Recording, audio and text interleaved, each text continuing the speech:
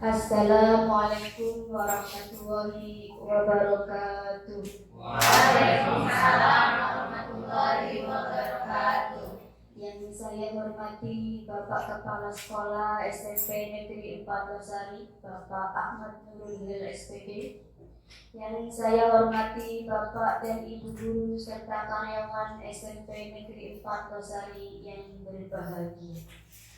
Pertama-tama, marilah kita panjatkan puji syukur kehadirat Allah Subhanahu wa Ta'ala yang telah memberikan rahmat, hidayah, dan inayahnya kepada kita semua, sehingga kita bisa berkumpul dalam kesempatan kali ini dalam keadaan sehat walafiat. Sholawat serta salam tak lupa kita sanjungkan kepada Nabi besar kita Muhammad Sallallahu Alaihi Wasallam. Semoga kita mendapatkan syafaatnya di yaumul kiamat nanti. Amin ya rabbal alamin. Baiklah, saya selaku pembawa acara akan membacakan susunan acara pada pagi hari ini. Yang pertama, pembukaan. Yang kedua, menyanyikan lagu Indonesia Raya. Yang ketiga, sambutan. Yang keempat, pemaparan materi. Dan yang terakhir, penutup atau doa. Untuk acara yang pertama, pembukaan, marilah kita membuka acara pada pagi hari ini dengan bacaan basmalah bersama-sama. Bismillahirrahmanirrahim. Acara yang kedua yaitu menyanyikan lagu Indonesia Raya. Kepada hadirin dimohon untuk berdiri. Kepada Ibu Rina Pandini SPD,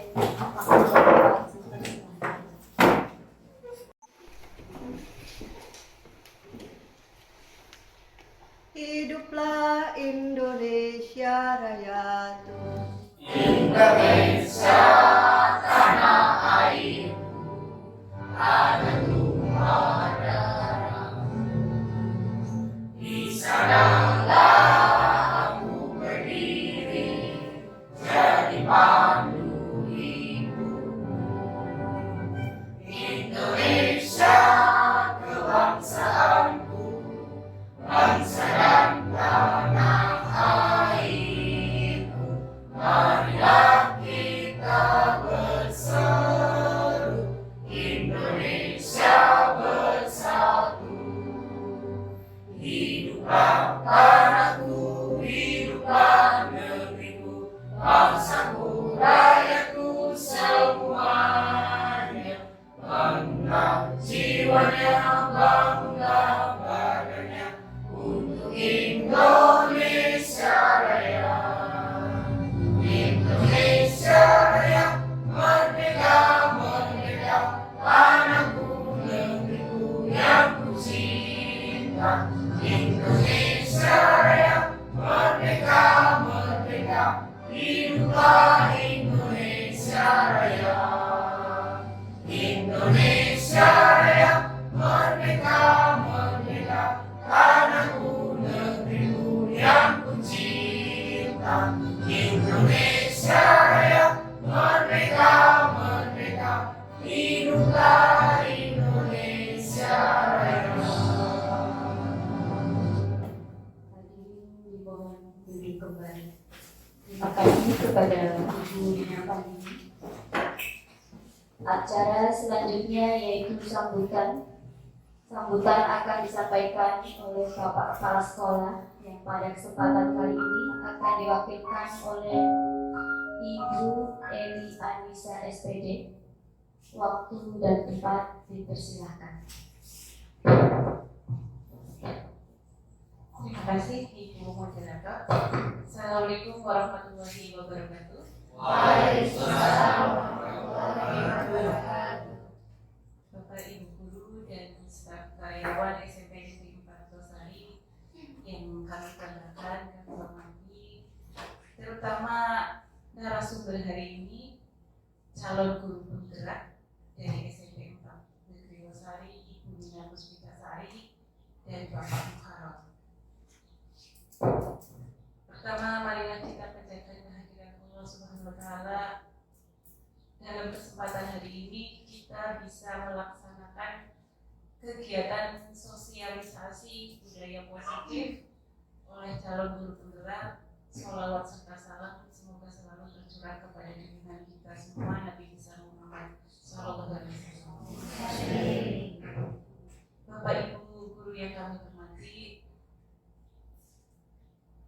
saya akan menyampaikan yang pertama pesan dari Bapak Kepala Sekolah. Pertama itu Bapak mohon maaf tidak bisa hadir hari ini karena ada acara di Brebes, sehingga beliau menitip salam dan mendoakan semoga acara ini berlangsung sukses. Amin. Kemudian pesan dari Bapak yang pertama sesuai surat edaran yang kemarin di-share di grup, mohon Bapak Ibu guru untuk melanjutkan PMM-nya, Platform Merdeka Mengajar, terutama di aksi nyata. Kebanyakan kan belum di aksi nyata ya.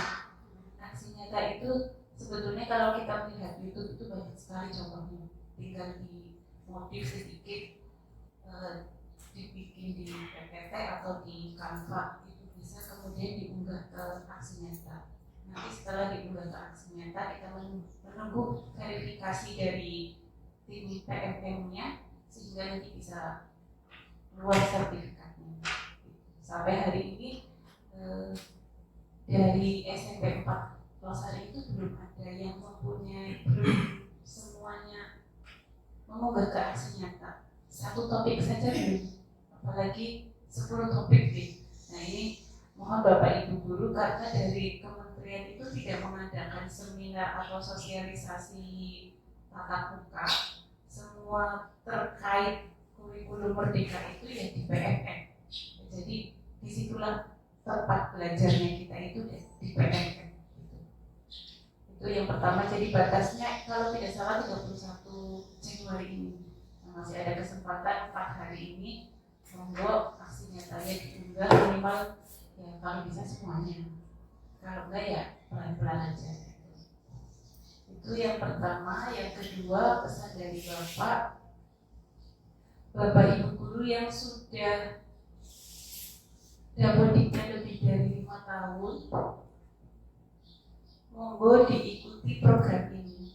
Karena ini program yang didukung oleh Kementerian Nasional, Kementerian Pendidikan, dan suatu saat pasti ada manfaatnya untuk kita semua, apalagi kita untuk mengembangkan potensi kemampuan diri kita sebagai guru. Karena kesempatan untuk mengikuti diklat secara gratis bahkan dibayar itu sangat jarang sekali. Bahkan kementerian atau sekelas dinas juga tidak mengagendakan sebulan sekali kita diberi sosialisasi untuk meningkatkan kemampuan profesional kita, itu enggak. Apalagi ini yang CGP ini kan sudah nasional, kemudian gratis bahkan dibayar, dan syaratnya ya tidak terlalu sulit seperti kalau kita misalnya melanjutkan S2 atau apa. Misalnya minimal mengajar 5 tahun, kemudian mengikuti tes wawancara, tes mikroteachingnya. Nah ini monggo kalau ada kesempatan, kalau kemarin sudah tutup ya Bu ya, pendaftarannya sudah tutup. Kalau ada kesempatan, Bapak Ibu guru monggo untuk mengikuti CGP nanti kalau dibuka, untuk meningkatkan kemampuan profesional kita. Kemudian harapan dari Bapak Kepala Sekolah ini terkait CGP. Jadi sambutan mendengar adanya di sini yang lulus itu kami sangat senang gitu. Ada calon guru penggerak di sekolah yang kita tahu semua gitu. Sekolahnya mewah gitu. Ini kan sekolah kecil tapi punya kompetensi guru yang profesional, itu kan sangat diharapkan gitu untuk meningkatkan kualitas pendidikan. Jadi Bapak Kepala Sekolah dalam hal ini sangat berharap bahwa adanya guru penggerak ini nantinya menjadi betul-betul penggerak gitu. Penggerak itu ya artinya ya menggerakkan yang tadinya jalannya lambat jadi setengah cepat, tidak melulu harus cepat gitu. Ya. Pelan-pelan tapi bisa membawa perubahan yang positif untuk sekolah. Kalau sudah positif ya lebih ditingkatkan lagi. Nah, ini harapannya kami tidak berharap yang nanti kualitas di siswanya jadi siswanya pinter-pinter nggak sampai segitu lah. Karena kita tahu juga input siswa kita seperti apa. Mari Bapak Ibu guru penggerak menjadi penggerak untuk teman-teman yang lain. Entah itu dalam perencanaan pembelajarannya, dalam proses pembelajarannya, dalam tindak lanjut pembelajarannya, atau hal-hal yang lain yang kaitannya dengan pendidikan di sekolah. Siap ya? Bapak Ibu guru, salam berpenggerak. Siap. Ya. Apalagi ini kita akan diberikan wawasan tentang sosialisasi budaya positif. Mudah-mudahan ini menjadi pintu langkah pertama kita untuk membudayakan positif secara kontinu. Budaya positif ini tentunya sudah ada, cuma kan belum konsisten apalagi ketika pergantian pembelajaran, pergantian jam, itulah Seluruh pelajaran hari ini telah selesai. Sampai jumpa besok pagi dengan semangat belajar baru. All lessons have ended for today. See you tomorrow morning with a new learning spirit. Take care on the way out and have a nice day. Pada intinya, Bapak Kepala Sekolah, kami dari pihak sekolah itu sangat mengharapkan langkah-langkah nyatanya, realnya dari Bapak Ibu guru penggerak ini untuk menggerakkan sekolah kita supaya selalu berbudaya positif. Jangan sungkan untuk selalu mengajak, karena kita kadang lupa, selalu untuk mengajak rekan-rekan sesama guru untuk membudayakan positif ini. Jadi itu saja dari kami. Kurang lebihnya mohon maaf. Terima kasih. Wassalamualaikum warahmatullahi wabarakatuh.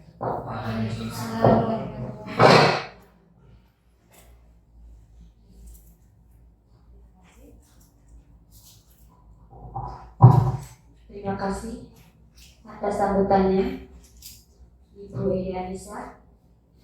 Acara selanjutnya yaitu pemaparan materi debatnya.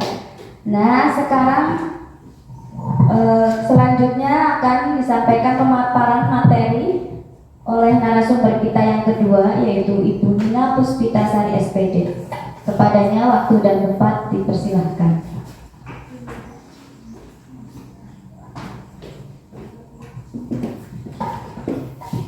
Ya, terima kasih kepada Ibu Ida.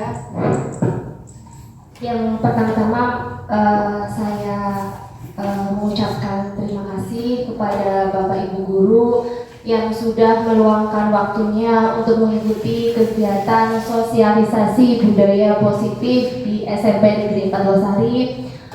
Yang saya hormati Bapak Kepala Sekolah SMP Negeri 4 Losari, yang saya hormati Bapak Ibu guru dan staf tata usaha SMP Negeri 4 Losari. Pertama-tama marilah kita panjatkan puja dan puji syukur kehadirat Allah Subhanahu wa taala yang telah melimpahkan rahmat dan hidayahnya sehingga pada hari ini kita bisa berkumpul dalam keadaan sehat walafiat. Iya. Di sini saya mau sharing di Bapak Ibu. Di sini saya bukan mau memaparkan materi, tapi di sini saya hanya sharing. Saya hanya ingin sharing ilmu yang saya dapatkan dari program kegiatan guru penggerak, yaitu tentang sosialisasi budaya positif. Karena untuk mewujudkan budaya positif di sekolah itu perlu adanya kolaborasi seluruh warga sekolah. Jadi makanya di modul 1.4 ini adanya sosialisasi kepada rekan sejawat itu tentang aksi nyata budaya positif. Tadi sudah dijelaskan oleh Pak Muharrar tentang materi-materi apa saja yang ada di budaya positif. Yang selanjutnya di sini selain tadi ada kebutuhan dasar manusia. Kebutuhan dasar manusia itu realitas kebutuhan setiap orang itu pasti berbeda-beda. Kita harus berusaha memahami pandangan orang lain tentang dunia. Setiap orang memiliki gambaran yang berbeda-beda. Dari kebutuhan dasar manusia ini, kalau salah satu kebutuhan dasar manusia tidak terpenuhi, maka akan terjadi apa Bapak Ibu kira-kira? Gimana, Bu Eli? Iya, betul. Oleng. Ya. Terus apalagi Bapak Ibu? Tidak seimbang. Biasanya kalau tidak seimbang berarti menimbulkan masalah. Iya, menimbulkan permasalahan. Itulah permasalahan yang biasanya siswa muncul itu karena bisa jadi karena kebutuhan dasarnya itu tidak terpenuhi. Iya. Di situ kebutuhan dasar itu ada 5. Yang pertama itu kebutuhan bertahan hidup. Kebutuhan bertahan hidup di sini itu adalah kebutuhan bersifat fisiologis untuk bertahan hidup, misalnya kesehatan, rumah, dan makanan. Kebutuhan biologis sebagai bagian dari proses reproduksi termasuk kebutuhan untuk tetap bertahan hidup. Komponen fisiologis pada kebutuhan ini meliputi kebutuhan akan perasaan aman. Biasanya kalau siswa pagi-pagi misalkan siswa itu tidak bersemangat, kita bisa bertanya dulu misalkan tidak bersemangat karena dia belum sarapan, ya bisa jadi karena lapar, ya berarti itu kan penyebabnya karena kebutuhan dasarnya itu kebutuhan makannya, bertahan hidupnya itu tidak terpenuhi, makanya dia tidak bersemangat dalam belajar. Kemudian selanjutnya yaitu kebutuhan kasih sayang dan rasa diterima.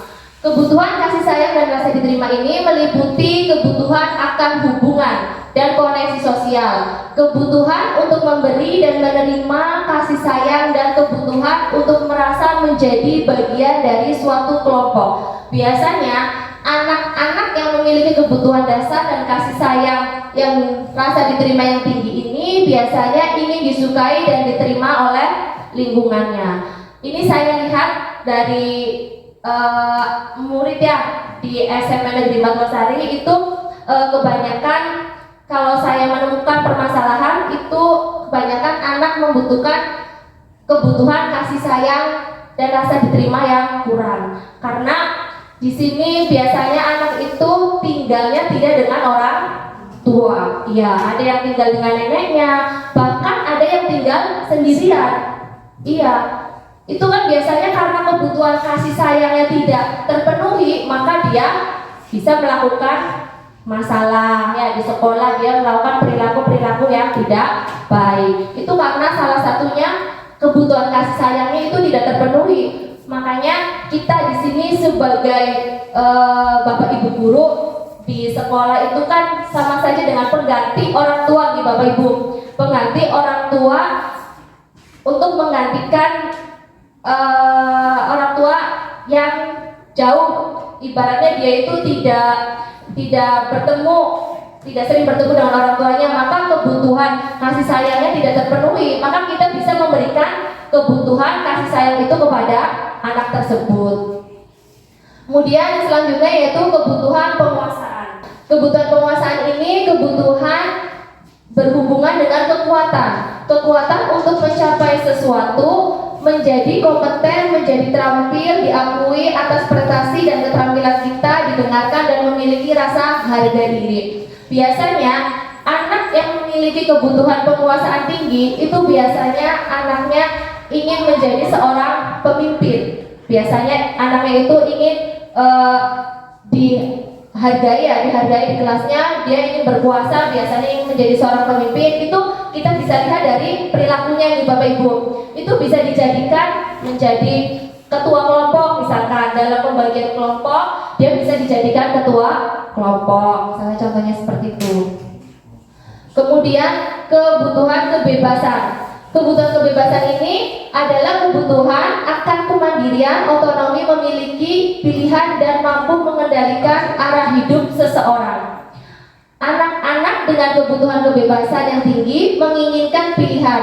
Mereka perlu banyak bergerak, suka mencoba-coba, tidak terlalu terpengaruh orang lain dan senang mencoba hal baru dan menarik. Biasanya anak ini sukanya itu dengan misalkan dia tidak suka belajar di dalam kelas, dia lebih suka pelajaran yang di luar kelas, misalkan dengan olahraga, karena dia ruang geraknya bebas, misalkan seperti itu ya.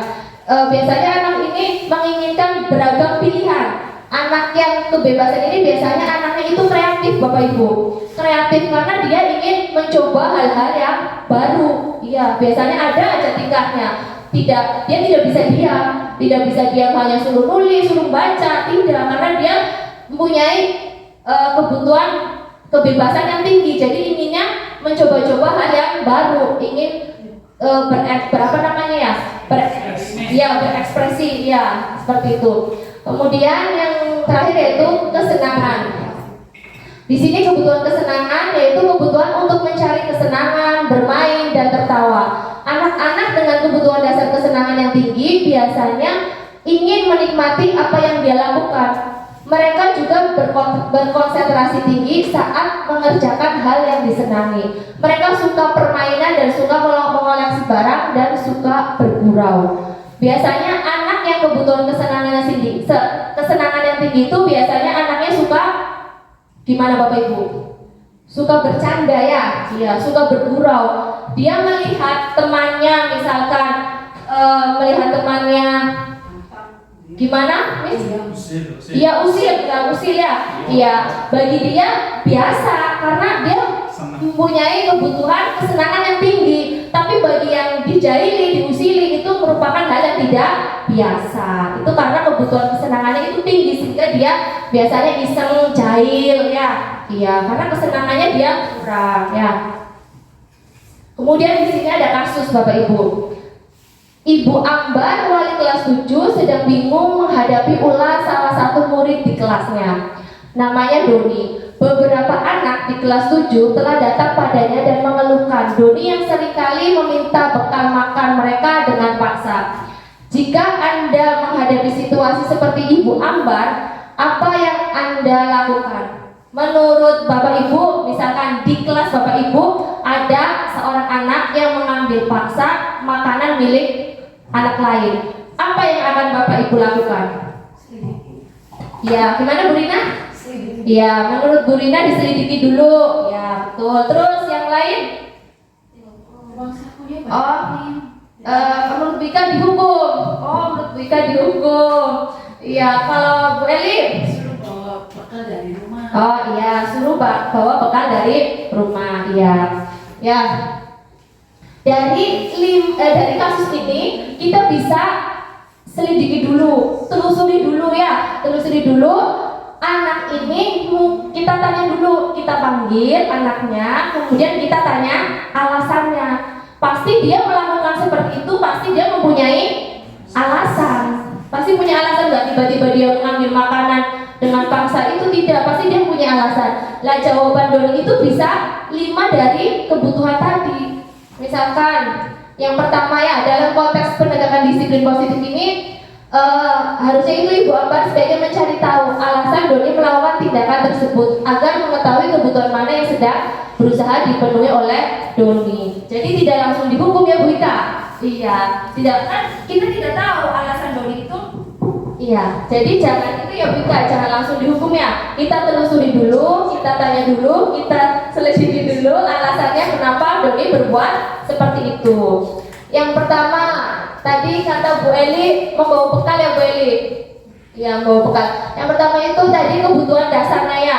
Dia mengambil makanan itu karena Doni itu lapar. Doni lapar dan orang tuanya tidak membawakan bekal. Makanya dia mengambil secara paksa karena kebutuhan dasarnya itu tidak terpenuhi.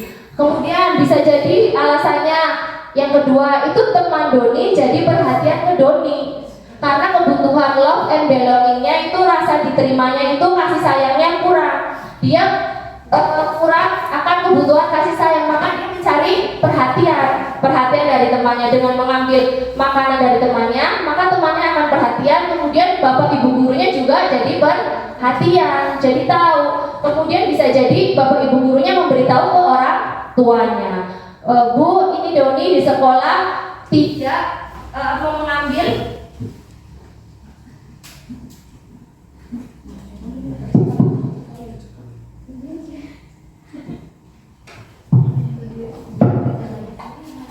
ya, tadi ya dilanjutkan. Yang kedua itu teman Doni jadi perhatian ke Doni. Bisa jadi gurunya jadi perhatian, kemudian gurunya bisa memberitahu orang tuanya, sehingga kata Bu Eni tadi dengan kita memberitahu orang tuanya, kemudian nanti orang tua bisa membawakan bekal makanan. Itu bisa menjadi solusi ya, salah satu solusinya.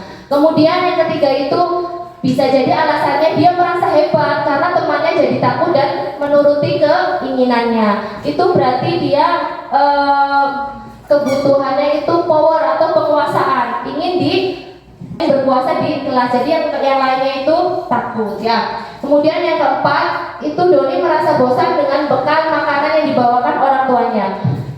Dia berarti membutuhkan kebutuhan kebebasan. Mungkin orang tuanya membawakan makanannya roti-roti terus ya, sedangkan teman-temannya membawa makanannya kayak chicken, nugget, misalkan sosis ya. Jadi dia ingin makanannya itu beraneka ragam. Jadi dia mengambil paksa milik temannya. Bisa jadi seperti itu. Kemudian yang kelima, Doni hanya iseng dan dia menikmati wajah temannya yang kesal tadi, hanya jahil, hanya ingin melihat temannya itu kesal, jengkel, itu hanya untuk kesenangan dia sendiri. Ya, kemudian selanjutnya itu yaitu 5 posisi kontrol yang tadi sudah kamu sebutkan ya. Di posisi kontrol itu ada 5. Yang pertama itu ada posisi sebagai penghukum, kemudian yang kedua pembuat orang merasa bersalah, posisi sebagai teman, posisi sebagai pemantau, dan posisi sebagai manajer. Kita di sini bisa introspeksi nih Bapak Ibu, pada saat ini kita sekarang berada pada posisi yang mana? Kalau pada posisi yang identitas gagal, itu biasanya kontrolnya itu dari luar. Dari luar itu contohnya itu posisinya sebagai penghukum. Biasanya kalau posisi sebagai penghukum, biasanya Bapak Ibu gurunya bagaimana? Nada suaranya bagaimana? Kencang, marah, keras ya. Lagi-lagi terlambat, kamu terlambat lagi. Kapan kamu datang tepat waktu? Biasanya kalau kita seperti itu, anaknya akan bagaimana Bapak Ibu? Diam. Hah? Iya, anaknya diam, tapi di belakang dia akan akan marah ya, bisa jadi dendam, melakukan tindakan yang agresif ya.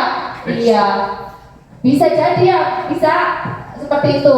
Nah, di situ gurunya berbuat tadi ya dengan cara menghardik, kemudian hasilnya apa? Tadi anaknya memberontak, kemudian menyalahkan orang lain, bisa jadi berbohong. Kemudian muridnya berkata apa? Biasa, biarkan saja, nanti juga marah-marah lagi. Jadi muridnya tidak memperdulikan. Kemudian dampaknya apa? Siswa pasti akan mengulangi kesalahannya. Kemudian yang kedua yaitu membuat orang merasa bersalah. Biasanya membuat orang merasa bersalah di sini itu sama saja itu masih berada di identitas gagal karena kontrolnya masih dari luar. Kalau orang merasa bersalah biasanya nadanya bagaimana Ibu? Nadanya agak lebih halus tapi dengan kata kecewa ya. Iya, misalkan Andi kamu terlambat lagi. Kamu sudah janji katanya tidak terlambat. Ibu sangat kecewa sekali karena kamu tidak menepati janji. Itu pasti Andi akan apa? Di situ merasa bersalah karena apa? Dia merasa mengecewakan orang lain. Dia tidak bisa membahagiakan orang lain. Akibatnya apa? Akibatnya dia akan merasa rendah diri. Di situ ya. Biasanya muridnya mengatakan maafkan saya Bu, misalkan contohnya seperti itu. Kemudian yang selanjutnya itu di sini ada identitas berhasil. Identitas berhasil atau sukses. Kalau identitas berhasil ini juga masih kontrolnya, motivasinya masih dari luar atau motivasi ekstrinsik. Itu biasanya anak itu mengharapkan imbalan atau ketergantungan pada orang lain. Di sini ada posisinya yaitu sebagai teman. Kalau biasanya sebagai teman, itu biasanya bapak ibu gurunya nadanya dengan cara halus, kemudian seperti bergurau ya, kayak bercanda selayaknya sebagai teman ya. Iya, misalkan Andi, kenapa terlambat? Kan kayak gitu ya. Tapi nadanya sambil ketawa-ketawa ringan, misalkan contohnya seperti itu. Terus kamu kenapa berangkatnya jam 7 lebih? Kita tanya. Terus setelah itu udah nggak apa-apa, nanti bapak bantu, udah kamu duduk aja gitu. Berarti di situ bapak ibu gurunya berusaha untuk membantu Andi, tapi dengan cara memposisikan sebagai teman. Di situ murid akan merasa ketergantungan. Dari posisi sebagai teman itu ada hal positif dan negatifnya. Kalau positifnya, murid itu akan menjadi akrab dengan kita, kemudian akan ketergantungan. Kalau negatifnya, bisa jadi guru itu nanti akan mau disuruh oleh satu orang guru itu aja yang dianggap teman. Tapi kalau disuruh oleh guru yang lain, dia tidak mau, karena dia merasa sudah nyaman dengan guru yang tadi kayak yang dianggap teman. Tapi kalau yang satunya nggak mau lah guru itu misalkan galak atau apa, kan seperti itu ya. Ya, itu masih ketergantungan ya. Jadi nanti apa? Siswa itu mengandalkan guru itu. Kalau ada masalah pasti larinya ke guru itu. Ya. Kemudian dampaknya apa? Dampaknya murid itu akan lemah dan tidak mandiri dan tergantung. Kemudian yang selanjutnya itu adalah posisi pemantau. Kalau posisi pemantau ini biasanya, kalau pemantau itu bagaimana sih Bapak Ibu? Mantau berarti mengawasi ya? Iya betul, kalau memantau berarti mengawasi. Biasanya kita mengadakan catatan-catatan. Biasanya anak ini sudah terlambat misalkan 2 kali. Misalkan anak ini sudah terlambat 2 kali, maka ketiga kalinya maka akan ada konsekuensinya. Misalkan seperti itu. Konsekuensinya apa ya? Apa peraturannya? Kalau ini langsung ke konsekuensinya. Biasanya hasilnya apa? Anak itu menyesuaikan diri bila diawasi. Kalau tidak diawasi, dia akan berbuat seperti itu lagi, akan diulangi lagi ya. Kemudian murid berkata biasanya berapa banyak bintang yang saya harus peroleh, tadi Kak mendapatkan imbalan, berapa halaman yang saya harus tulis. Kemudian dampaknya apa? Dampaknya menitik beratkan pada sanksi atau hadiah untuk dirinya. Jadi motivasinya itu masih dari luar, tidak ada motivasi dalam dirinya. Nah, ini posisi yang menyebabkan, yang menjadikan siswa menjadi identitas berhasil atau sukses. Di sini siswa mempunyai kontrol diri, yaitu siswanya dapat menghargai diri sendiri dengan cara posisinya itu sebagai manajer. Biasanya kalau manajer itu bagaimana Bapak Ibu? Mengatur ya? Iya, biasanya mengatur. Kemudian di sini manajer sini berarti kita berbuat sesuatu bersama anak ya, berbuat sesuatu bersama anak untuk mencari solusi dari permasalahannya agar anak itu mau mempertanggungjawabkan atas perilaku yang telah dilakukannya. Guru berkata biasanya, apa yang kita yakini, kemudian apa yang bisa kau kerjakan untuk memperbaiki masalah ini. Ya, kita tanya dulu alasannya, kemudian kita bersama-sama membantu siswa untuk mencari solusi permasalahannya. Hasilnya apa? Hasilnya ini akan menguatkan pribadi dari siswa. Kemudian biasanya murid berkata, bagaimana cara saya bisa memperbaiki keadaan? Kemudian dampaknya apa? Dampaknya bagi murid, di sini murid mengevaluasi diri, kemudian bagaimana cara memperbaiki diri. Jadi di posisi manajer ini siswa itu bisa mengatur dirinya sendiri. Kemudian di sini ada kasus Bapak Ibu. Yang pertama, kasus pertama, pada hari Senin Ibu Santi sakit sehingga tidak masuk dan mengajar. Akhirnya dicarikan guru pengganti Ibu Eni. Ibu Eni baru 2 tahun menjadi guru SMP. Beberapa murid perempuan, Vivi dan Natali, mengetahui hal ini dan mulai menggunakan kesempatan dan bersikap seenaknya dan tidak mengindahkan kehadiran Ibu Eni. Ibu Eni mencoba menyapa Vivi dan Natali dengan ramah sambil mengingatkan mereka untuk tetap fokus pada pengerjaan tugas. Ayolah, tugasnya dikerjakan. Nanti ibu ditegur bapak kepala sekolah kalau kalian tidak kerjakan tugas. Tolong bantu ibu ya. Namun Vivi dan Natali malah jadi tertawa. Ah ibu, santai aja bu. Mereka tetap tidak mengerjakan, malah mengobrol. Menurut bapak ibu, dari kasus ini itu termasuk pada posisi apa bapak ibu? Ibu Eni ini sebagai posisi? Iya. Ya gimana?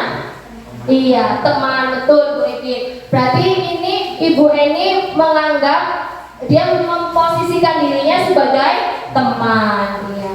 Jadi tahu ya, paham ya Bu Ipin ya? Ya selanjutnya yaitu kasus tentang yang kedua, yang kasus kedua yaitu Anto dan Dino sedang bermain di lapangan basket. Tiba-tiba terlihat sebuah pertengkaran adu mulut. Dino pun menjadi emosi dan mengadakan kontak fisik, menarik ke meja Anto dengan kasar sampai 3 lancinya terlepas. Pada saat itu guru piket langsung melerai mereka dan membawa mereka ke ruang kepala sekolah. Di situ Ibu Suti sebagai kepala sekolah berupaya menenangkan keduanya, terutama Dino. Dino, sepertinya kamu ini sedang marah sekali. Mendengar itu, Dino pun mengalih bercerita tentang kekesalan hatinya. Ibu Suti pun melanjutkan bahwa membuat kesalahan adalah hal yang manusiawi dan bahwa mempertahankan diri adalah hal yang penting. Namun meminta Dino memikirkan cara lain yang mungkin lebih efektif karena saat ini Dino berada di ruang kepala sekolah. Dari kasus ini, Ibu Suti itu posisinya sebagai apa Bapak Ibu? Iya, sebagai? Iya betul Pak Kanto, sebagai manajer ya. Karena yang pertama itu Ibu Suti mencoba menenangkan keduanya. Kemudian setelah menenangkan, di situ Ibu Suti mendengarkan dulu apa yang dilakukan Dino ke Anto. Kemudian setelah itu kita tanyakan apa yang harus dilakukan Dino.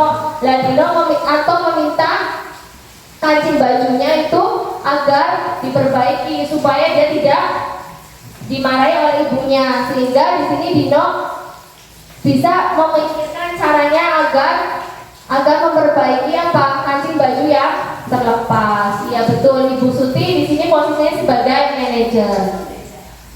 Yang selanjutnya yaitu tentang segitiga restitusi. Segitiga restitusi ini yaitu proses menciptakan kondisi bagi murid untuk memperbaiki kesalahan mereka sehingga mereka bisa kembali pada kelompok mereka dengan karakter yang lebih kuat. Melalui restitusi, guru dapat yang pertama yaitu membantu murid menjadi lebih memiliki tujuan, disiplin positif, serta memulihkan dirinya setelah berbuat salah. Yang kedua, membantu murid untuk jujur pada diri sendiri dan mengevaluasi dampak dari kesalahan yang dilakukan. Yang ketiga, memberikan penawaran bukan paksaan.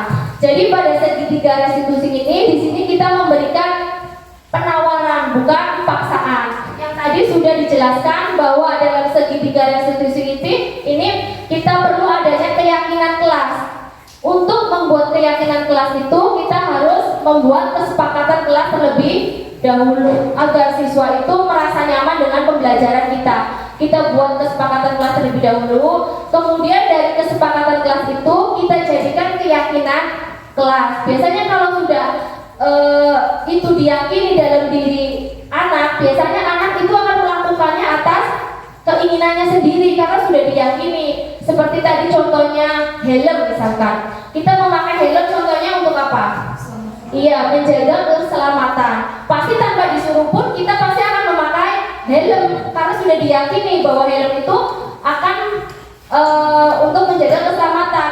Bedanya kalau misalkan kita mau memakai helm karena misalkan tidak atas keyakinan diri kita, tapi memakai helm karena takut ada polisi, takut ditilang, berarti dia belum meyakini bahwa helm itu sangat bermanfaat bagi dirinya. Lah itu juga sama halnya dengan siswa. Kita harus menanamkan membuat keyakinan kepada siswa tentang budaya positif. Tadi melaluinya dengan cara membuat kesepakatan kelas terlebih dahulu.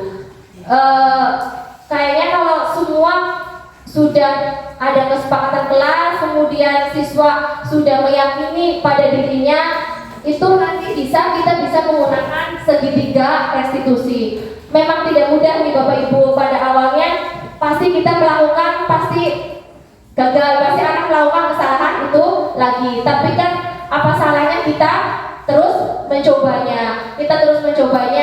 Karena apa?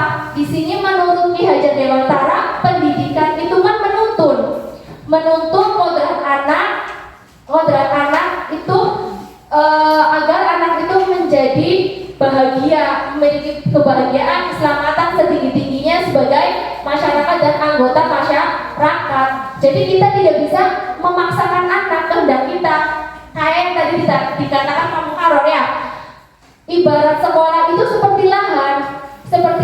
Kita itu harus membuat lahan ini menjadi nyaman agar siswa itu merasa nyaman di sekolah ini, tidak merasa takut, agar betah, agar bisa melakukan pembelajaran dengan nyaman. Lah kita posisinya guru itu sebagai petani itu sebagai yang mengelola tanaman tadi. Tanaman itu adalah contohnya siswanya itu tadi kita memberinya contohnya tadi tentang kebutuhan dasar. Misalkan kita menanam padi itu membutuhkan pupuk, ya betul sekali, pupuk agar misalkan daunnya bisa lebat. Tapi kita salah kita memberinya pupuk akar, itu tanamannya pasti tidak akan berkembang dengan baik. Itu sama halnya tadi dengan siswa. Ya, kita misalkan siswa itu membutuhkan kekurangan kebutuhan kasih sayang, tapi kita kasih siswa itu kebutuhan kebebasan, berarti kan tidak sesuai. Iya, makanya kita kan harus tahu dulu ya, tahu dulu seperti tadi yang katakan Bu Rina, kita harus selidiki dulu, kita harus tahu alasannya dulu, kemudian kita buat kesepakatan dengan anak. Kesepakatan itu kita yakini, kita kalau bisa dikasih tanda tangan ya Bapak Ibu, kita buat, kemudian anak menandatanganinya, artinya berarti anak sudah menyetujuinya. Kan bedanya peraturan dengan keyakinan kelas itu, kalau peraturan yang membuat sekolah, tapi kalau keyakinan kelas, kesepakatan kelas yang membuat antara siswa dan guru. Jadi siswa itu merasa dilibatkan, siswa itu merasa oh iya saya sudah menyepakatinya, saya harus disiplin, saya harus misalkan tadi hadir tepat waktu, misalkan saya harus mengerjakan tugas, kan seperti itu ya. Makanya perlu sekali kita itu membuat kesepakatan kelas dengan anak. Jadi jangan memaksakan keinginan kita. Jadi tidak bisa, misalkan contohnya kita menanam padi, kita menginginkan tumbuhnya jagung, bisa tidak? Tidak, ya kan? Iya, makanya kita menginginkan anak itu dalam pelajaran harus diam, harus nulis, harus apa, kan tidak bisa. Makanya kita telusuri dulu anak itu kebutuhannya apa, kemudian kita tanya dulu alasannya apa, kan seperti itu nih Bapak Ibu. Ya, makanya di sini juga kita sebagai guru harus lebih sabar lagi. Saya dulu juga awalnya pernah emosi, pernah marah sama siswa. Tapi setelah saya mengetahui ini, berarti menjadikan kita untuk selalu belajar untuk mengetahui keadaan dan kondisi dari peserta didik, karena masing-masing peserta didik mempunyai karakteristik masing-masing, beda-beda, tidak bisa disamakan. Kemudian ini tahapan dari segitiga restitusi. Segitiga restitusi yang pertama yaitu menstabilkan identitas, kemudian yang kedua yaitu validasi kebutuhan, yang ketiga menanyakan keyakinan. Di sini tahapan segitiga restitusi yang pertama yaitu menstabilkan identitas. identitas. Tujuannya apa? Kita menstabilkan identitas. Ya tadi, menstabilkan identitas itu mengubah anak dari identitas gagal karena anak itu sudah melakukan kesalahan. Kita ubah identitas gagal itu menjadi identitas yang sukses. Dengan cara apa? Dengan cara misalkan berbuat salah itu tidak apa-apa, tidak ada manusia yang sempurna. Contohnya kata-kata seperti ini ya. Saya juga pernah melakukan seperti itu. Kita bisa menyelesaikan ini. Bapak Ibu tidak tertarik mencari siapa yang salah, tapi Bapak Ibu ingin mencari solusi dari permasalahan ini. Kamu berhak merasa begitu. Jadi di sini kita menstabilkan dulu. Yang misalkan tadinya siswa emosi, kita stabilkan dulu agar siswa itu menjadi tenang bahwa yang melakukan ini bukan hanya kamu saja. Pasti orang lain juga pernah melakukannya. Tapi kita tanya, setelah itu kita tanya validasi tindakan yang salah. Kita tanya alasan kenapa siswa itu melakukan seperti itu. Misalkan siswa itu terlambat, kita tanya alasan terlambat itu karena apa? Contohnya, kamu pasti punya alasan mengapa melakukan hal itu. Kamu patut bangga pada dirimu sendiri karena kamu telah melindungi sesuatu yang penting buatmu. Kita tanya, kamu alasan kenapa terlambat? Dia pasti punya alasan. Saya terlambat karena tidurnya larut malam, Bu. Saya karena main HP, jadi saya bangunnya kesiangan. Itu. Kemudian setelah itu kita tanya keyakinan. Kita tanya keyakinan tadi, keyakinan kelas yang sudah kita sepakati. Jadi kita terus ingatkan Bapak Ibu, keyakinan apa yang sudah kita buat bersama, kesepakatan tadi antara kedua belah pihak. Jadi nanti dia akan lama-lama itu akan ingat, akan sadar, maka bisa memunculkan motivasi dari dalam dirinya. Dia melakukan itu karena itu memang baik bagi dirinya. Kemudian kita tanyakan, apa nilai yang kita percaya di kelas atau sekolah kita? Apa nilai-nilai umum yang kita telah sepakati? Apa bayangan kita tentang kelas yang ideal? Kamu ingin jadi anak yang seperti apa? Jadi kita di situ menanyakan keyakinan kelas dulu. Misalkan seperti terlambat, apakah terlambat itu sudah sesuai dengan keyakinan kelas kita? Pasti anak akan menjawab apa? Tidak. Maka apa yang kamu lakukan untuk memperbaiki kesalahan kamu? Dia pasti berpikir, kita ajak, kita tuntun, kita bimbing dia untuk menemukan solusinya. Pasti dia akan berpikir dengan cara misalkan, saya bangun lebih pagi, Bu, memasang alarm. Jika alarmnya tidak menyala, saya minta tolong bangunkan Ibu, misalkan contohnya. Nah, di situ nanti setelah itu kapan kamu akan melakukan hal itu? Kita tanya lagi, kita tekankan. Dia pasti, iya, saya akan mencobanya nanti mulai malam ini, Bu. Ya, kemudian kita memberikan apresiasi. Iya, Ibu bangga sama kamu karena kamu mau berusaha untuk memperbaiki kesalahan kamu. Ya, di situ maka siswa itu merasa dihargai. Siswa merasa dihargai, merasa dipahami. Jadi kita tidak langsung menghakimi siswa, lagi-lagi terlambat, kamu terlambat. Tidak, jadi kita itu tahu dulu alasannya apa, kemudian kita tuntun dia untuk sama-sama mencari solusinya. Lama-lama dia pasti akan berubah ya. Makanya kan tadi butuh proses ya Bapak Ibu, proses itu tidak mudah, butuh waktu. Makanya apa salahnya kita mencoba terlebih dahulu. Kalau gagal nggak apa-apa, itu wajar. Gagal kita bisa mencobanya lagi. Iya. Nah, ini ada contoh proses segitiga restitusi yang saya lakukan.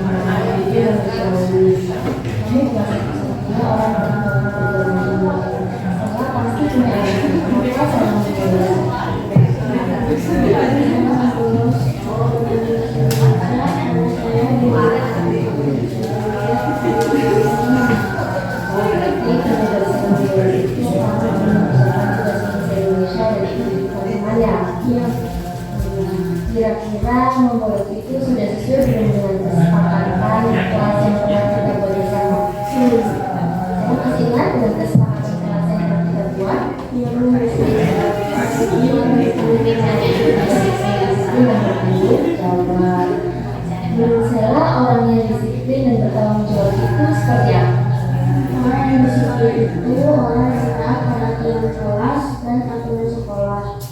Dan orang yang bertanggung jawab yaitu orang yang melakukan tugasnya dengan baik. Iya. Jadi sekarang saya udah ingat ya kata kelas kita. Iya Bu. Dan sekarang apa yang akan saya lakukan? Saya akan melakukan yang kedua seperti itu. Nah terus apa yang akan saya lakukan untuk memperbaiki kesalahan saya? Saya meminta maaf Bu, dan saya berjanji tidak akan mengulangi kesalahan saya lagi. Saya akan mengerjakan tugas dan saya juga akan mengajak teman-teman saya untuk melaksanakan peraturan kelas Bu, yaitu disiplin dan bertanggung jawab. Iya baiklah, Ibu maafkan. Ibu hargai usaha kamu untuk memperbaiki diri. Besok Ibu akan cari perkembangannya ya. Baik Bu, terima kasih. Iya sama-sama. Ya, itu contoh dari segitiga restitusi nih Bapak Ibu.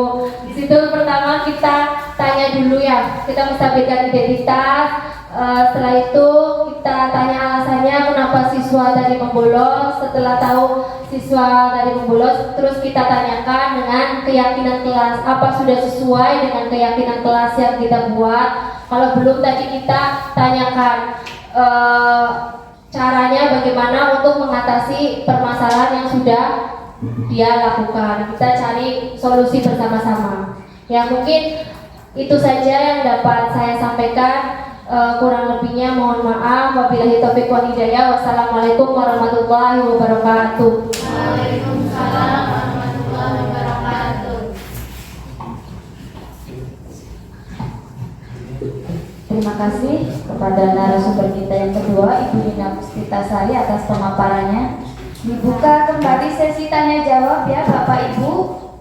Ya dibatasi 2 pertanyaan juga karena waktunya sudah mulai siang. Ya. Oke, siapa yang mau bertanya silakan. Ya, Ibu Egin. Assalamualaikum warahmatullahi wabarakatuh.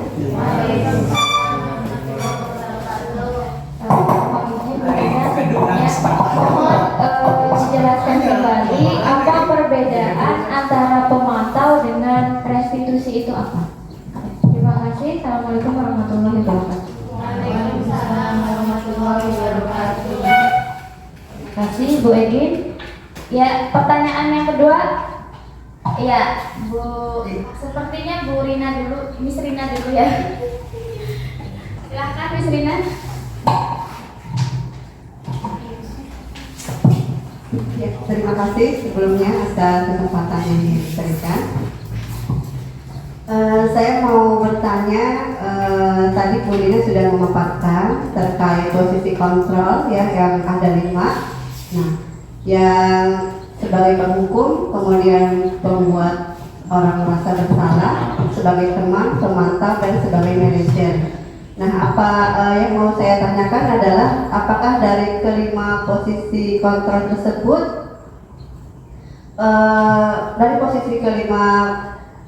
dari kelima posisi kontrol tersebut, posisi manakah yang baik kita terapkan kepada siswa? Gitu. Terima kasih.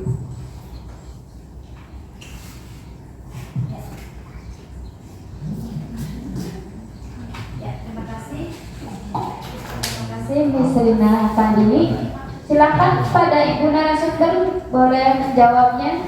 Ya, terima kasih atas pertanyaannya. Tadi pertanyaan dari Bu Egin ya, Bu Ida. Ya, yang pertama apa itu restitusi dan pemantauan ya Bu Egin ya? Perbedaannya itu apa? Antara restitusi dan pemantauan? Ya, apa perbedaan dari pemantau dan restitusi? Kalau pemantau itu contohnya tadi ya, misalkan kalau ada siswa terlambat, kita langsung libatkan pada konsekuensinya apa, pada aturannya. Di situ kan apa peraturannya? Contohnya misalkan, kamu Andi, kenapa kamu terlambat? Misalkan saya bangun kesiangan Bu. Kamu tahu konsekuensinya kalau terlambat itu apa? Kita sudah adanya kesepakatan dengan Andi. Misalkan Andi, iya Bu, kalau terlambat saya tidak boleh istirahat. Misalkan contohnya tidak boleh istirahat, saya harus mengerjakan tugas. Tapi itu tetap didampingi oleh guru mapelnya. Itu langsung ke konsekuensinya.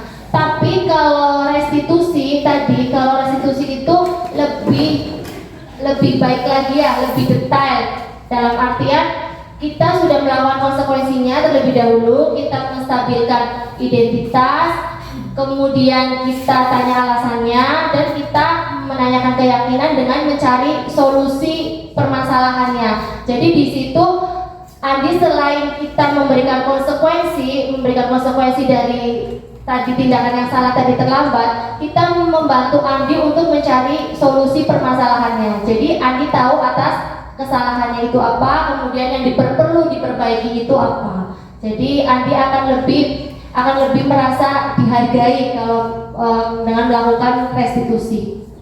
Seperti itu Bu Egi.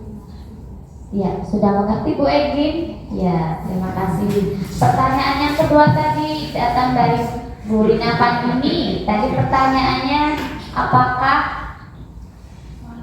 manakah dari kelima kontrol yang disampaikan Bu Nina tadi, posisi manakah yang paling baik dari kelima kontrol tadi?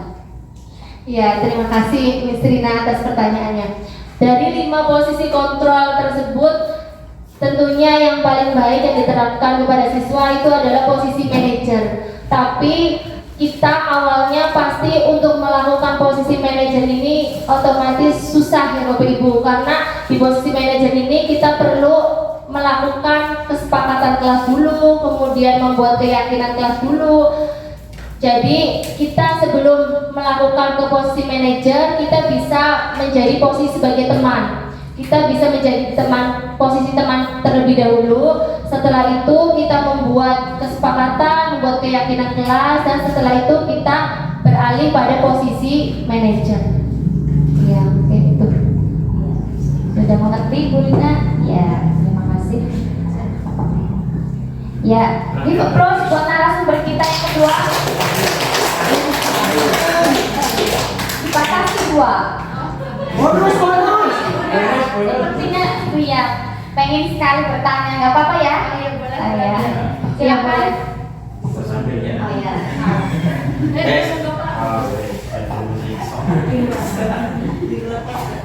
Assalamualaikum warahmatullahi wabarakatuh.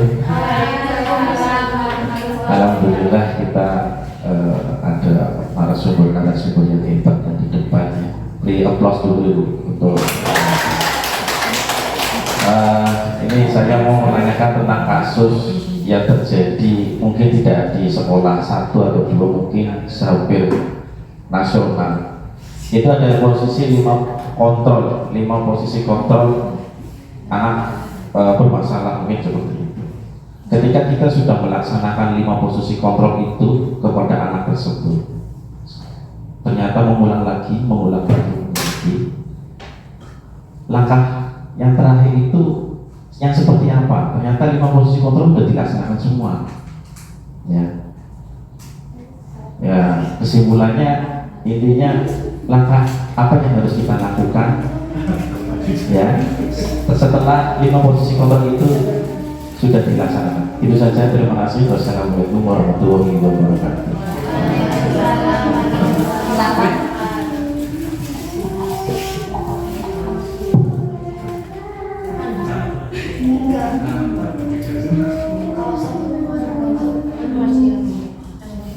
Iya, terima kasih Pak Hakim. Pertanyaannya sangat bagus sekali ya. Iya. Tadi apabila 5 posisi kontrol itu sudah dilaksanakan, tetapi anak mengulanginya lagi dan tidak jerah misalkan. Iya. Kalau seperti itu, yang penting kita sudah mencobanya. Kita berusaha dulu dengan tadi posisi yang paling baik, dengan restitusi. Emang itu restitusi itu ya Bapak Ibu, dilakukan 1-2 kali itu biasanya anak ada yang langsung paham, ada yang mengulanginya lagi, itu wajar. Tapi apa salahnya kita sebagai guru kita terus menuntun? Kan tujuan pendidikan itu adalah menuntun anak didik kita. Kita harus lebih sabar. Kita harus tuntun anak itu agar bisa berperilaku yang lebih baik. Dengan cara apa? Dengan cara tadi kita terus mengingatkan tentang keyakinan kelas atau perilaku yang baik, yang positif, itu tentunya akan baik bagi dirinya. Kalau kamu seperti ini terus, kita komunikasikan dalam artian kita bicara dari hati ke hati ya Bapak Ibu. Kita tanya dulu alasannya, kemudian kebutuhannya dia itu yang kurang itu apa. Kita telusuri, kita selidiki sampai benar-benar kita tahu anak itu masalahnya itu apa. Setelah itu misalkan restitusi sudah, tapi tetap aja anak seperti itu. Kita kan masih bisa berkolaborasi. Kita bisa berkolaborasi dengan guru yang lain, dengan wali kelas, atau bisa jadi dengan orang tua siswa itu sendiri. Kita bisa panggil orang tua siswa, kita bisa komunikasikan. Kenapa anak ini misalkan berperilaku, misalkan terlambat terus, apa penyebabnya? Kan kita bisa konsultasikan dengan orang tua. Mungkin seperti itu Pak Nabi. Bisa diterima Pak? Ya, terima kasih. Ya, ini applause buat kedua narasumber kita. Ya, guru yang sangat hebat ya untuk SMP Negeri 4 Losari. Semoga kedepannya bisa menjadi guru yang profesional ya, yang bergerak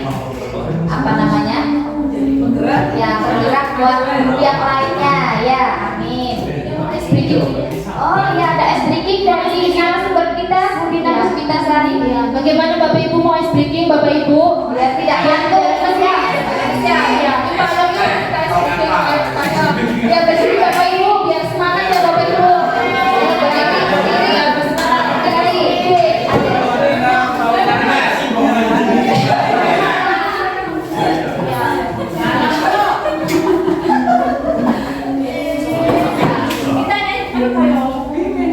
kita nyanyi sama gerakan ya Bapak Ibu. Sama musik kamu. Gerakannya pertama ya, 1. Pertama ya,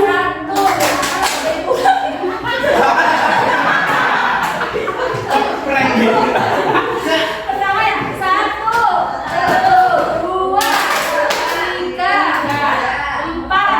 Ya, ulang sekali lagi, 1, 2, 3, 4. Itu gerakan pertama. Gerakan kedua, 1, 2, 3, 4, 5. Ulangi lagi, 1, 2, 3, 4, 5. Coba ulangi dari pertama. 1, 2, 3, 4. 1, 2, 3, 4, 5. Paham ya Bapak Ibu? Kan sambil bernyanyi, konsentrasi kita apa masih konsentrasi atau tidak ya? Sambil bernyanyi sambil gerakan. Nyanyinya pada hari Minggu, tahu lagu pada hari Minggu? Ya, besok ada dulu ya. 1, 2, 3. Pada hari Minggu ku turut ayah ke kota, naik delman istimewa, ku duduk di muka, ku duduk samping Pak Kusir yang sedang bekerja, mengendari kuda supaya baik jalannya. Tuk tik tak tik, tuk tik tak tik, tuk tik tak tik, tuk. Tuk tik tak tik, tuk tik tak, suara satu kuda.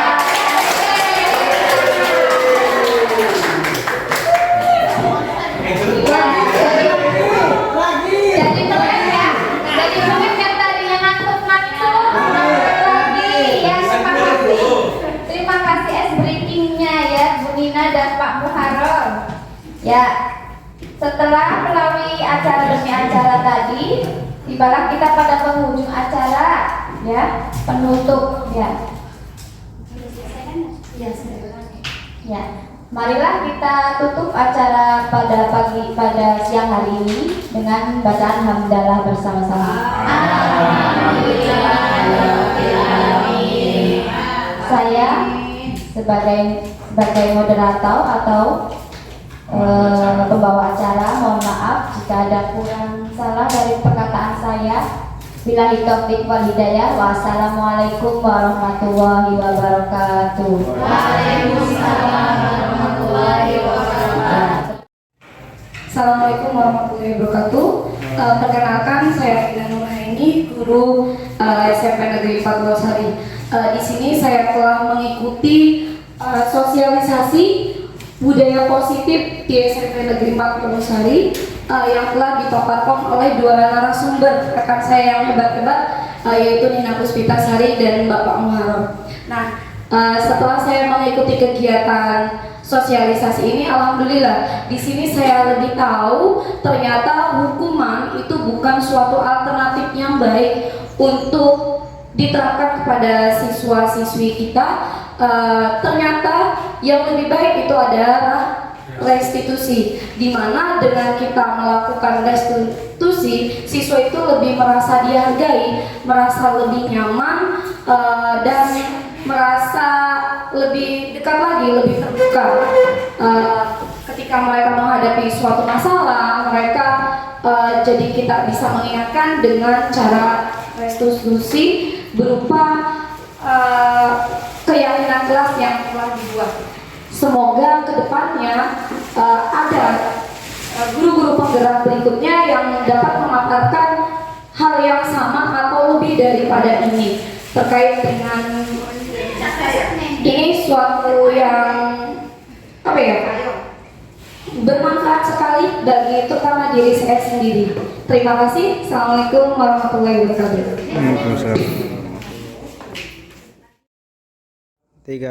Assalamualaikum warahmatullahi wabarakatuh. Saya Ida Anissa dari SMP Negeri 4 Losari. Setelah saya mengikuti sosialisasi budaya positif yang tadi dipaparkan oleh kedua rekan saya, Bu Nina Puspitasari dan Pak Muharram, alhamdulillah saya mendapatkan banyak sekali wawasan dan pengetahuan ya tentang budaya positif, dan ternyata hukuman itu tidak berlaku untuk siswa ya, tidak diharuskan. Ada cara yang lebih bagus lagi, ada cara yang lebih baik lagi selain hukuman, yaitu restitusi atau tadi keyakinan kelas. Ya, sekiranya dari saya cukup. Wassalamualaikum warahmatullahi wabarakatuh. Assalamualaikum warahmatullahi wabarakatuh. Perkenalkan, saya Rina Fandini dari SMP Negeri 4 Losari. Saya mau memberikan komentar terkait tentang acara kita hari ini, yaitu sosialisasi budaya positif di SMP Negeri 4 Losari yang sudah dipaparkan oleh teman saya, yaitu Bu Nina Puspitasari dan Bapak Muharram. Nah, setelah saya mengikuti sosialisasi ini, saya jadi banyak tahu dan memiliki atau menambahkan informasi terkait budaya positif yang selama ini terkait hukuman ya. Ternyata hukuman itu tidak baik untuk dilakukan di sekolah. Nah, ada hal lain yang perlu kita lakukan untuk memperbaiki dan membuat siswa itu nyaman belajar di sekolah. Mungkin itu saja yang bisa saya sampaikan. Kurang lebihnya mohon maaf. Wassalamualaikum warahmatullahi wabarakatuh.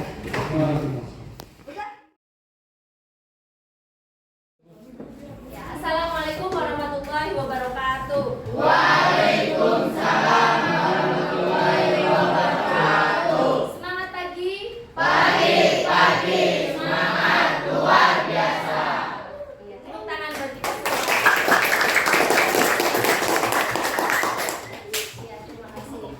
Untuk pertemuan kali ini kita akan membuat kesepakatan kelas ya. Ya, ada yang tahu kenapa kita harus membuat kesepakatan kelas? Ya, supaya disiplin. Selain supaya disiplin, supaya pembelajaran berjalan dengan nyaman dan nyaman. Ya. Kita setelah membuat kesepakatan kelas, nanti dari kesepakatan kelas itu kita buat keyakinan kelas. Artinya kalau keyakinan kelas itu berarti keyakinan yang akan kita yakini, hal-hal yang berupa positif ya, hal-hal positif. Contohnya seperti apa? Ada yang tahu? Iya, menghargai teman. Iya betul. Contohnya seperti itu. Terus apa lagi? Iya. Tidak membolos ya, berarti kan tidak membolos. membolos itu kata-katanya masih negatif ya? Tidak ya? Iya, berarti kita buat kata-katanya supaya menjadi positif. Berarti disiplin ya. Kalau tidak membolos berarti kan itu biasanya disiplin dan bertanggung jawab. Itu bisa seperti itu ya.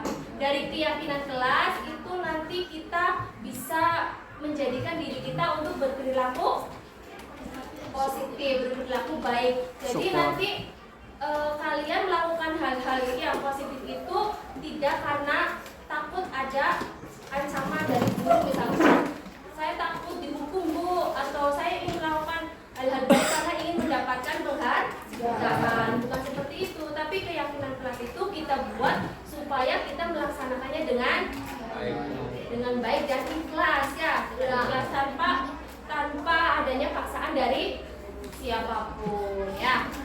Itu nanti dari keyakinan kelas kita buat, kemudian sudah disepakati nanti semua anggota kita menyetujuinya dengan ditandatangani ya, ditandatangani di bawah, kemudian bisa ditempel di kelas supaya kaliannya selalu ingat, oh keyakinan kelas 9 itu apa aja ya, dan bisa dilakukan setiap hari. Bisa?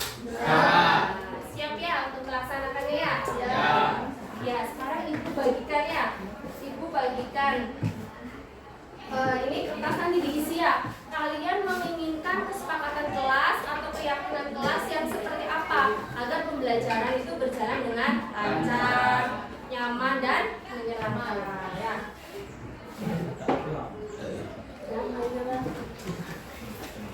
Aman.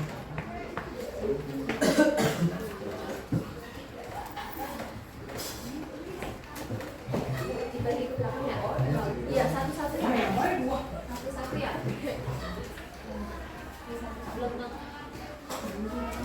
Nanti ditulis ya. Ditulis keyakinan kelas yang seperti apa yang kalian inginkan ya. Nanti kalau sudah ditulis nanti maju satu persatu ya. Maju satu persatu nanti ditaruh di depan. Nah, nanti kita kelompokkan, misalkan yang menghargai teman, kelompokkan menghargai teman, yang maksudnya misalkan hadir tepat waktu. Nanti kita kurang berapa? Kurang berapa? Waktu? Kurang. Ada yang belum? Iya. Nah, apa ada lagi? Iya. Kalau udah sekarang silahkan ditulis ya. Ya, keyakinan atau kesepakatan kelas yang kalian inginkan itu seperti apa? Nanti kalau sudah bisa langsung maju ke depan, langsung ditempel ya satu persatu ya.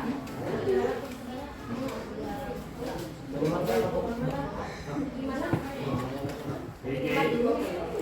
Satu boleh Bu? Satu boleh ya.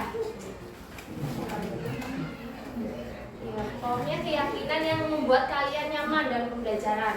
Artinya kalian menginginkan dalam pembelajaran yang seperti apa ya.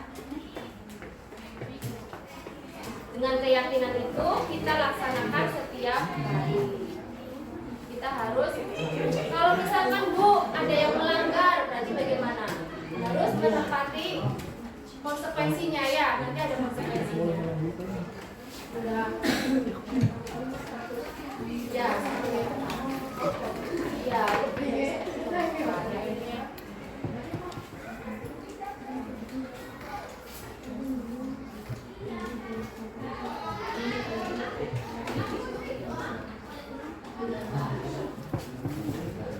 Sudah? Sudah, ayo nih.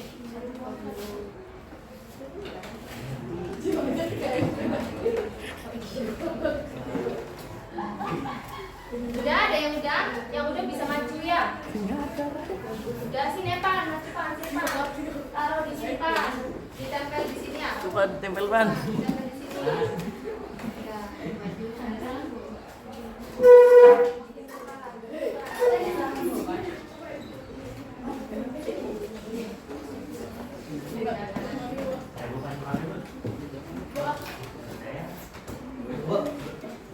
Ya, ke sini aja dulu. Satu-satu nanti ya.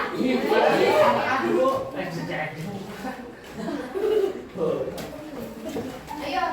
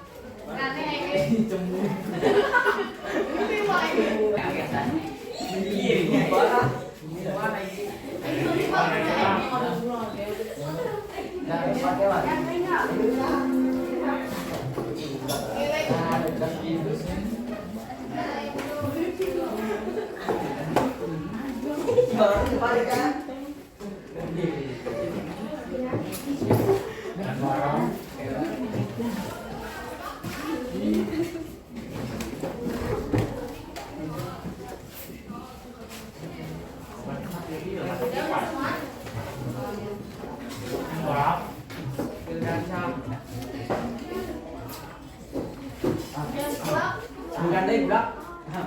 Budak deh, budak.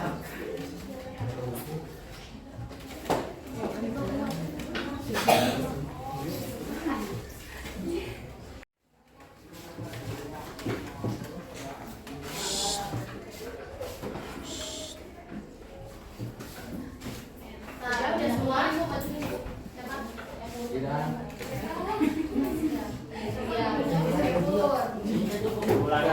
Iya, udah semua.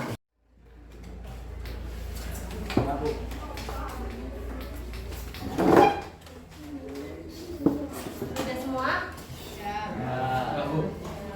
Sekarang saya bacakan ya. Yang pertama, masuk tepat waktu. Ya, bagus ya. Masuk tepat waktu berarti hadir tepat waktu. Iya. Ya, kemudian menghargai teman. Menghargai teman. Kemudian ada yang menghormati guru. Ada yang tidak boleh membolos. Tadi kalau tidak boleh membolos berarti apa? Disiplinnya, disiplin dan bertanggung jawab. Iya. Kemudian jagalah kebersihan. Berarti menjaga kebersihan. Dengan cara apa menjaga kebersihan? Membersihkan lingkungan. Ada iya. Kemudian dilarang berbicara kasar. Berarti apa? Bersikap sopan Santun. Kemudian tidak membuli. Kemudian jangan menyebut nama orang tua, jangan memanggil nama orang tua. Berarti ikutnya apa? Menghargai teman ya, sama aja yang menghargai teman. Kemudian apa ini tadi sudah ya? Wajib melaksanakan piket tadi sudah. Maksudnya menjaga kebersihan. Kemudian dilarang keluar kelas tanpa izin dari guru. Enggak, jangan pakai kata dilarang ya, tapi berarti keluar masuk kelas harus izin guru. Ya. Kemudian apalagi di sini? Dilarang mengeluarkan baju. Berarti kan kalau dilarang itu masih kalimat negatif. Kalimat positifnya apa? Iya betul, disiplin dan berpakaian atau berpakaian rapi sesuai aturan sekolah. Iya. Berarti sudah bagus ya? Iya, sudah bagus. Dari tadi kalian sudah mengungkapkan ya keyakinan atau kesepakatan yang kalian inginkan. Itu kira-kira bagaimana? Setuju nggak? Setuju. Iya. Nanti kalau setuju nanti kita buat ya, kita buat keyakinan kelas. Nanti dari tadi pendapat kalian nanti ditulis di sini, kemudian nanti ditandatangani ya, ditandatangani semua anggota kelas. Kalian bisa maju ya, kemudian bisa ditempel di kelas. Kenapa ditempel di kelas? Agar kalian selalu ingat. Selain selalu ingat harus apa? Biar melaksanakan. Ya, nanti di sini ditempel ya. Ya bisa ditulis, kemudian nanti ditempel.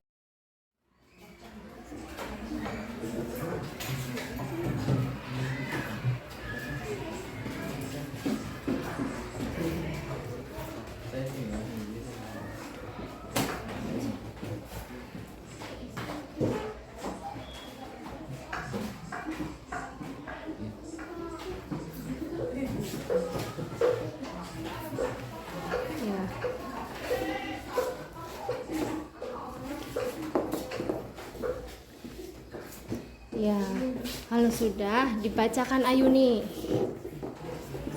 Ya, dibacakan Ayuni. Keyakinan kelas 9A. Yang pertama, hadir tepat waktu. Yang kedua, berpakaian rapi sesuai aturan sekolah. Yang ketiga, menjaga kebersihan. Yang keempat, bersikap sopan santun. Yang kelima, menghargai teman. Yang keenam, menghormati guru. Yang ketujuh, disiplin dan bertanggung jawab. Yang kedelapan, keluar masuk kelas izin guru. Ya, setuju? Setuju. Sudah disepakati enggak? Disepakati. Kalau disepakati, nanti kalian maju ya. Sekarang maju di tanda. Nanti itu tandanya kalian sepakat dan menyetujuinya ya. Tanda tangan dulu ayo.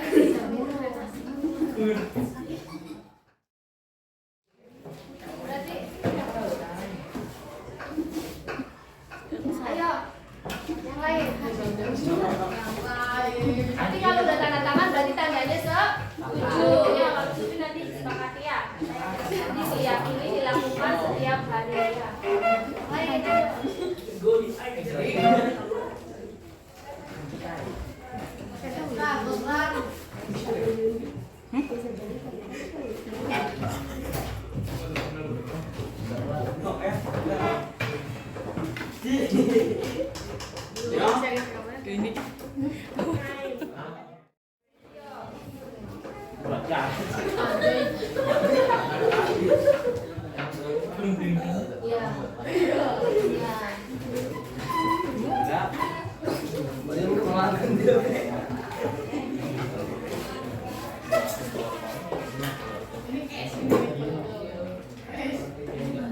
Ayo yang lain yang belum. Ya, Lutfiana, ayo Lutfiana.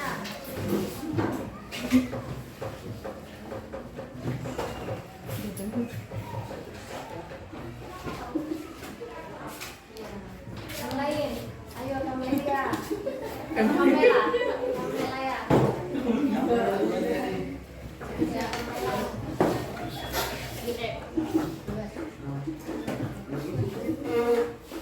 Yang belum siapa? Ayo maju dong.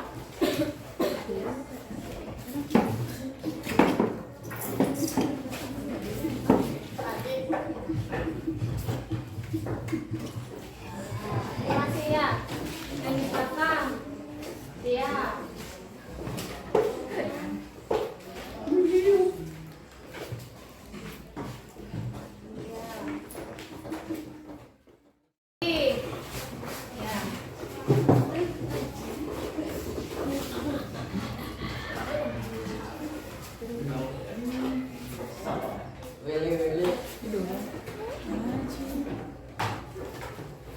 Sudah semua? Ya. Depa dulu. Oh iya, siapa namanya? Sadepa. Sadepa, iya Sadepa, ayo Sadepa. Edi belum Edi, mana Edi? Boleh. Evan belum. Itu tanda tangan ya.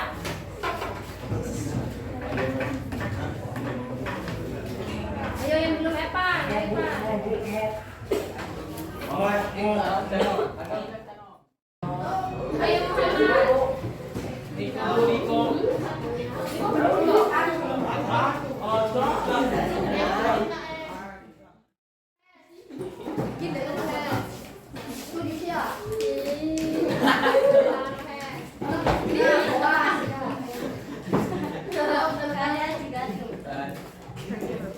Pakai dulu kan?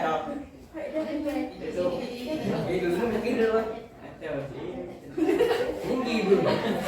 semua ya?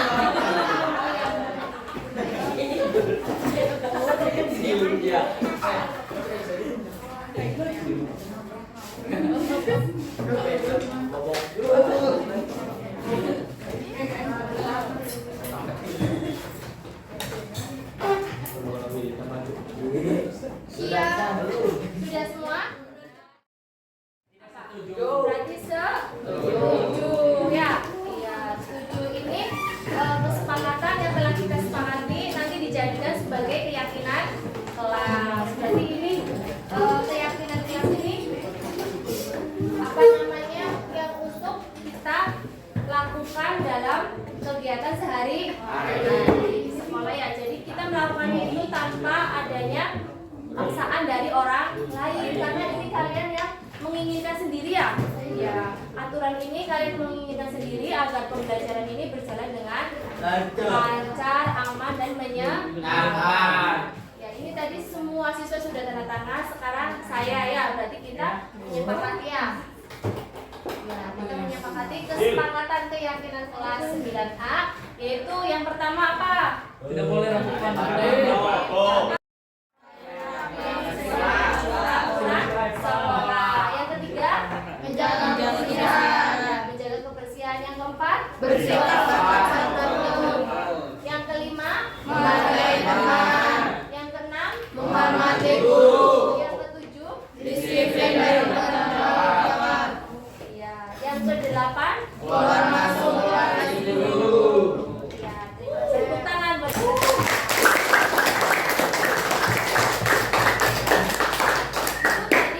Keyakinan kelas 9A ya.